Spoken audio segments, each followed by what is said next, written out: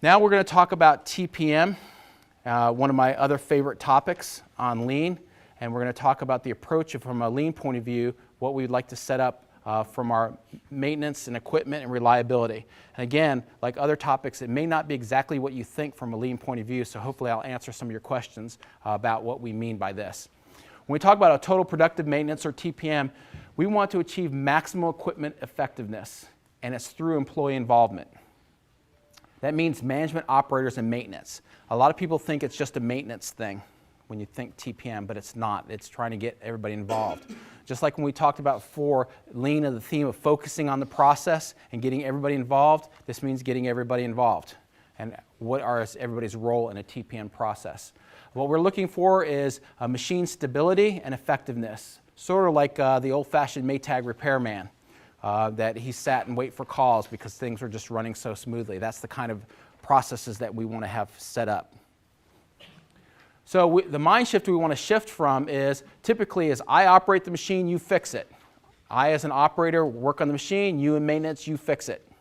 We want to shift that to saying we treat this equipment like it was our own. How many people have had the luxury of buying a brand new car? Okay? How did you treat that car the first week you had it?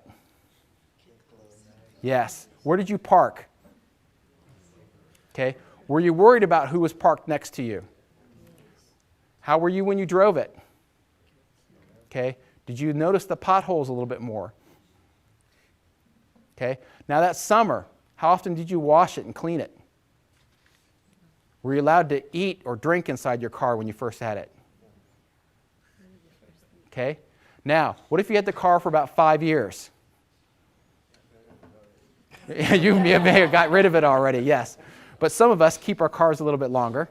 But if you kept the car longer, okay, how do you treat that different than from your very car fresh off the lot?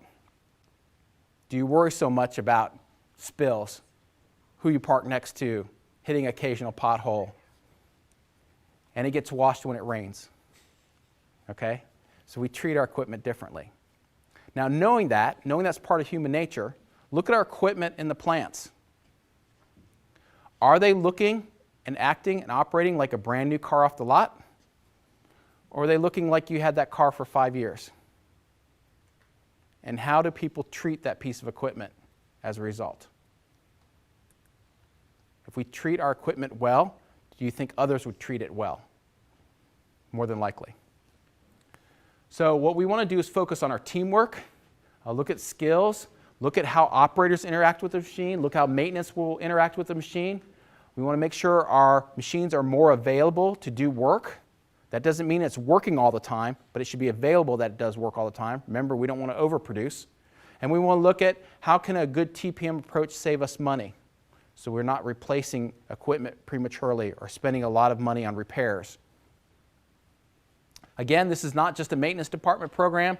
This is not just an event or a workshop, although typically when we teach a TPM, we tie it to a Kaizen event, because this is just like swimming, like we mentioned before. We can talk about it, but until you actually get your hands dirty and start doing it, you don't understand the true process of a TPM and what you can learn from it. So we tie it to an actual event where people can experience this. It's not a way to eliminate the skilled trade staff, which typically are considered a cost or an expense to companies. So we're not trying to eliminate maintenance or high skilled. And we're not trying to make operators into skilled tradesmen. That's not the approach either. We're not trying to get operators to replace the whole role of maintenance. So those are misconceptions when people think TPM. Mr. Ito basically said, one of the Japanese consultants, machines and equipment are the heart of our factories and offices. So if we have good hearts, we have good health, good companies. So we want to make sure that we treat our health, our heart, in a good manner. So speaking of our health, how would we treat ourselves in a good manner? Well, we probably may not follow all these practices, but we know if we exercise regularly, say take 30 minutes of a brisk walk every day, if we eat 5 or 6 small meals instead of 2 large ones and one 8 o'clock at night when we get back home, and if we get checkups regularly, if we did these things, would we be in a better healthy condition than if we didn't? Yes. Now, looking at that as an example of our health, Look at our equipment. If we exercise by sorting, straightening, and shining, by giving proper lubrication and air filter changes, and by doing performance checks on it, would our equipment operate in a healthier manner? Well, yes. Okay? So this is the approach that we want to take. Now, there's a lot of opportunities in this. When you have a failure in a piece of equipment, that's usually the tip of the iceberg. There's a lot of hidden defects that we find in machines when we go deeper into the machine. And usually that doesn't surface unless the machine breaks or it doesn't perform, but they're existing. What we're trying to do is to uncover some of these hidden issues and correct them while they're still small. We want to build a very strong, healthy company. We also want to build stronger people. If we incorporate people into operating the equipment, we're also developing and building them in the process and understanding the machines. And we want to focus on zero breakdowns, zero losses. Now, a lot of people have troubles with the zero goals. For instance, does people have a safety goal? Do you have a safety goal? Okay, what's your safety goal? Zero. Okay. Do you have a quality goal? Is it zero? Okay, that's good. Some companies don't. Some companies say, safety goal, we'll allow 0.5 incidences per 3 months, okay, or something along those lines. Okay, so you're saying that, yes, we're going to have some accidents, and this is the acceptable level of injuries we're going to have on our people.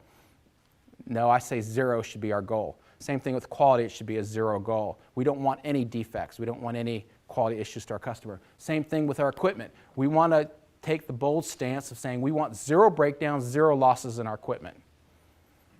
We don't want to accept that it's going to happen, or at least our goal is to reach that perfection level even though we're not there yet. So we want to prevent breakdowns. That's one of the approaches we want to do. We want to look at modifying our equipment to prevent those breakdowns and make it easier to maintain them.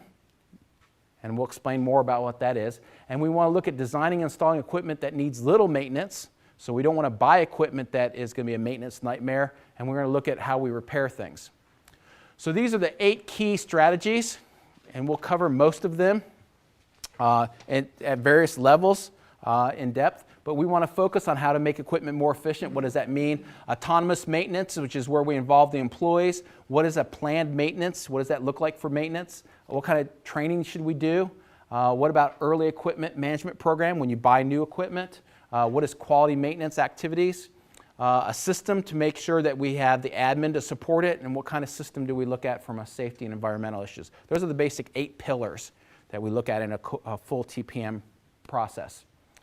One of the realities that we all are facing right now today, because that's all good for what we want for a full TPM, but right now today, I'd have to say that it's a true statement that machines do break down, right?